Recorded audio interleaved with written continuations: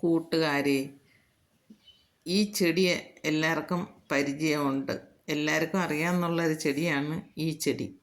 വളരെ ഔഷധ ഗുണമുള്ള ഈ ചെടി ഇപ്പം ഈ കർക്കിടക മാസം, മിഥുനം കർക്കിടക മാസത്തിൽ എല്ലാ വീട്ടിൻ്റെയും വിളകളിൽ കാണും പൊടിച്ചിരിക്കണം ഈ കുഞ്ഞൻ ചെടിയെ.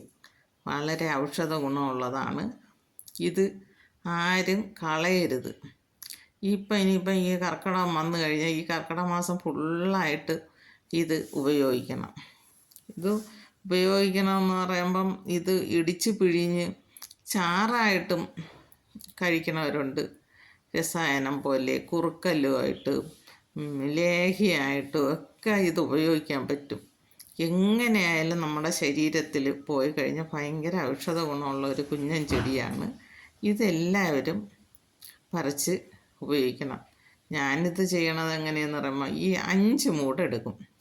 5 മൂട് പിഴുത് വേരടക്കം കഴുകി തിളപ്പിച്ച് ഒരു ഗ്ലാസ് വെള്ളത്തിൽ ഇട്ട് തിളപ്പിച്ച് രാവിലെ കഴിക്കും. അപ്പോൾ അത് ശരീരത്തിന് നല്ല ഒരു വ്യത്യാസമുണ്ട്. ഇത് കഴിക്കുമ്പം നമ്മളെ ശരീരത്തിലൊക്കെ നീരുണ്ടെങ്കിലും കൊഴുപ്പുണ്ടെങ്കിലൊക്കെ പോയി ശരീരം നല്ല ശരീരമായി കിട്ടും. നമുക്ക് ജോലി ചെയ്യാനുള്ള ഉത്സാഹമൊക്കെ വരും.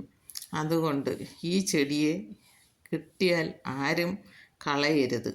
കർക്കിടക മാസം നമുക്ക് ഇത് കഴിച്ചു കഴിഞ്ഞാൽ അത് ശരീരത്തിൽ ഫലം ഉണ്ടാവും. അതുകൊണ്ട് ഈ ചെടി കിട്ടിയാൽ എല്ലാവരും ഇത് ഉപയോഗിക്കണം. എൻ്റെ ഈ വീഡിയോ ഇഷ്ടമായെങ്കിൽ എനിക്ക് ലൈക്ക് തരണം.